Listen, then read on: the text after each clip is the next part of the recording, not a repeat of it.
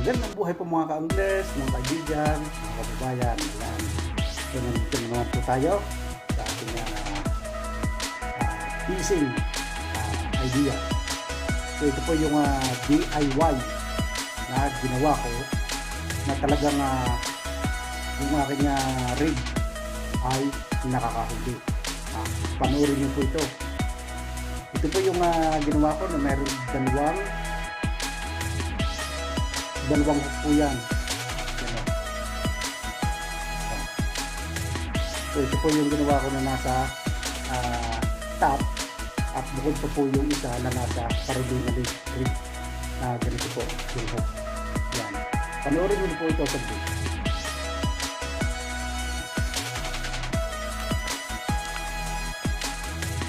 So wala susukat. So nakita po ninyo yung walleye kung saan siya kumagat. Kumagat po siya sa Carolina. At meron po akong ipakikita sa inyo yung sucker kung saan kumagat. Tinira po na yung aking double hook. Yan.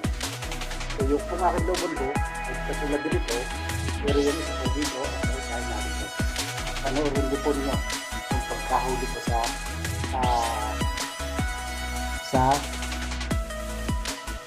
sucker.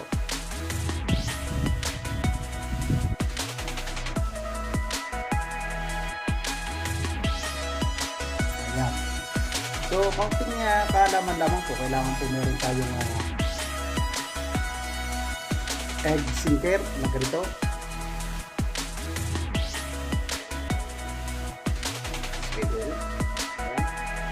Kailangan din po natin meron tayong protection na bit. Kuha tayo ng bit. Kailangan po may bit tayo. Kahit isa. Para po pagbagsak ng sinker dito, gano'n natin pag-ibig. Mapitigtas yung ating linya o hindi agad siya mapuputol. So, panoorin niyo po ito. Aking pagagawa. So, kailangan po meron tayong gamit ko lang po ay ang 8 pounds. Yan, sa ating pinaka linya. Yan. Sa ating leather line. So, dito na rin po magkakabit ng ating hook. Pero yung hook na gagamitin natin, ito po. So, itukunin ko po ito dito. So, madali lang po mag-connect. Maganda po ito para hindi po halimbawa po kumain ng pipe. Kasi sa talas po ng ngipin para po hindi siya malalagot.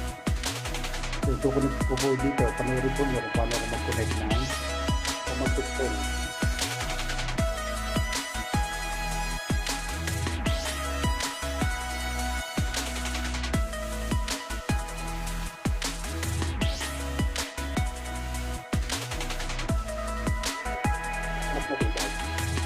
Ginagawa ko po ay mga 10 o 15. Yan.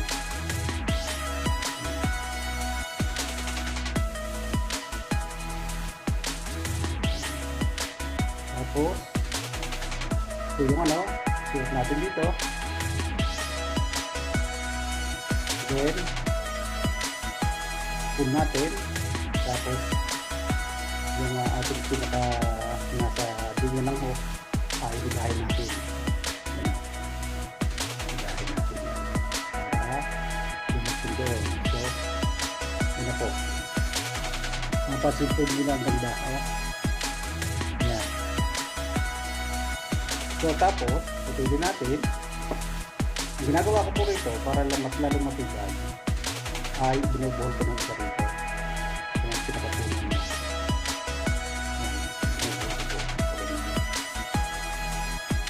Para po matibay yung ating dito siya nawala dyan. Ito ganyan dyan. Para po natin putulin.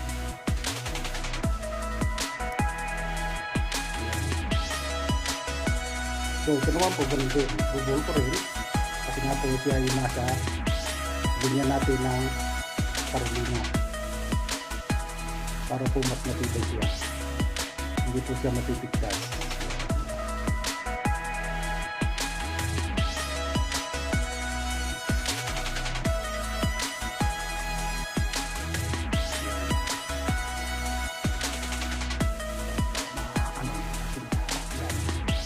So yun na po. Ito po yung pinaka ano natin, hook natin sa original button. So yun naman po guys. So kung napanood po ninyo yung mga short video na yan, na pinakita ko yung kung paano ako nakahuli ng walleye at kung paano ako nakahuli ng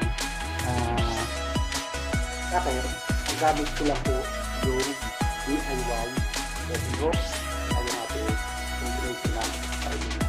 Yun lamang po. Mga anglers, mga kapising, yun po ay sharing lamang. Kaya nga po, nasa kailangan natin maglibang karate. Yan. Nakalagay po yan sa ating pinalaklat sa Ecclesiastes 5:18. Basahin po niyo yan, mga kaibigan. Salamat po, and to God be all the glory. Kita-kits again!